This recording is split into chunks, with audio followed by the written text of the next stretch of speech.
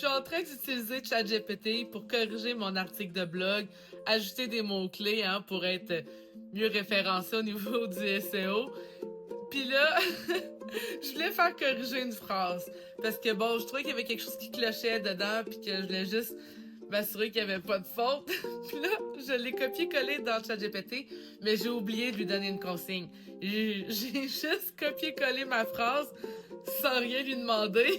Puis là, au lieu de la corriger, il a répondu. Il a répondu à ma phrase. Hey, je suis tellement morte de rire, là. Attends, il faut que je te lise, OK?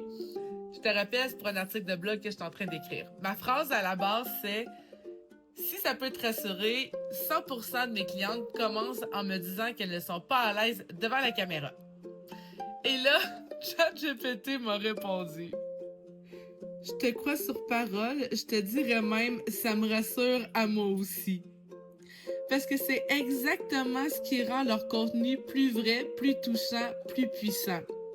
Et d'ailleurs, ça ferait une excellente phrase d'accroche ou de transition dans un article, une vidéo ou une formation sur le personal branding ou la création de contenu. Mais c'est pas ce que j'étais en train de faire d'abord.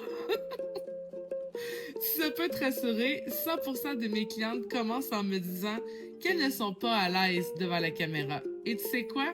C'est justement pour ça qu'elles finissent par briller. Puis en plus, j'ai tellement bien entraîné ChatGPT qu'il me répond comme moi je parle. Hey, je te crois sur parole.